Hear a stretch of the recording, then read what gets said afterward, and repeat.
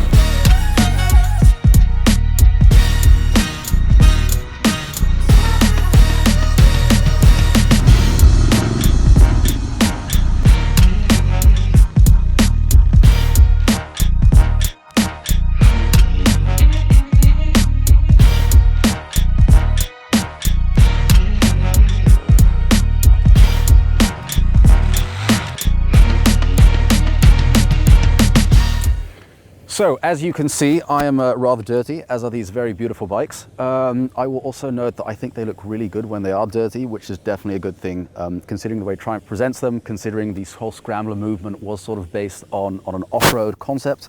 And so, unsurprisingly today, we spent the day riding them around in the mud, a rocky terrain. We did some off-road trails, we tried some flat tracking, which wasn't very successful. However, we got a really good idea as to what they are when you take them off the asphalt. And to be very honest with you, it was a really good experience.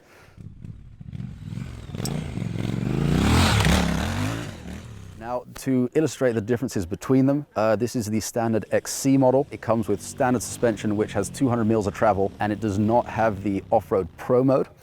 This is the XE model. It's a little bit more expensive. It's fitted with Öhlins front and rear. It has 250 millimeters of travel, so 50 millimeters more than that one, and it is fitted with the Off-Road Pro mode. Now, I'm going to be completely honest with you. I didn't use the Off-Road Pro mode because, well, first of all, I'm not a pro, and second of all, I wanted to be able to walk home and not be carried home in an ambulance. So far, so good. We definitely spanked them through the dirt, which was a lot of fun. I don't have a lot of experience off-road. I did a course with Triumph earlier last year, which I have a video for somewhere else on my channel. And this was definitely at a much higher pace, whereas that was more of a technical thing, sort of first gear, second gear. Most of the work today was second, third, sometimes even fourth gear, and both the bikes did really, really well. I'm surprised at how capable they are off-road. They have been fitted with off-road tires for the occasion, but nonetheless, very, very confidence inspiring.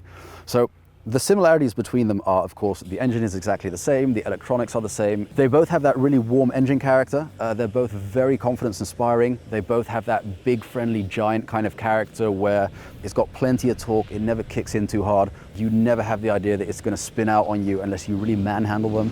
And there wasn't a point where I felt the bike let me down or that I lost confidence in the machine. The differences are when you really start picking up the pace. So because this has the longer suspension and the higher quality Öhlins on them, there is a slight difference in character which changes the way you ride. So with this one, you kind of get the idea that no matter what obstacle you face, whether it's a puddle, whether it's a rock, whether it's a bit of mud, maybe you'll go through it, maybe you'll go over it, but you'll get the other side. That's kind of that confidence again. Now with this one, you have the confidence that you're going to get the other side, but you're never thinking that you're going to go through it. It just kind of gives you the feeling that you're always going to be going over it. It's a bit of a strange comparison, but because this one has a much more plush riding experience, you aren't so worried about what the terrain in front of you is. And what I noticed is that on the XC model, I was much more focused on the road directly ahead of me, much more concerned about, what's the terrain like? Are there going to be any bumps? Is it going to be slippery? But because this one soaks up everything, you have the option of sort of, switching that part of your brain off, not worrying about what's in front of you, looking straight ahead, the route you want to be taking, the direction you're going, cracking the throttle open and just going for it. And as a result, this is a much more fun bike to ride. Now, there is a price difference. This is about €1,000 more expensive. So it's kind of hard to say that this is the better buy, but if you are going to be doing off-road, and not just for the sake of off-road, but also for the sake of retail value and of course the bling, because under this dirt, the gold does look rather nice.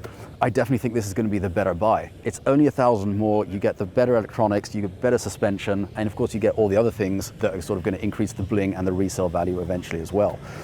Either way, they are very, very capable off-road bikes. Surprisingly, actually, because most owners probably won't see much more than a field with them. Yeah, we really got to try them out today.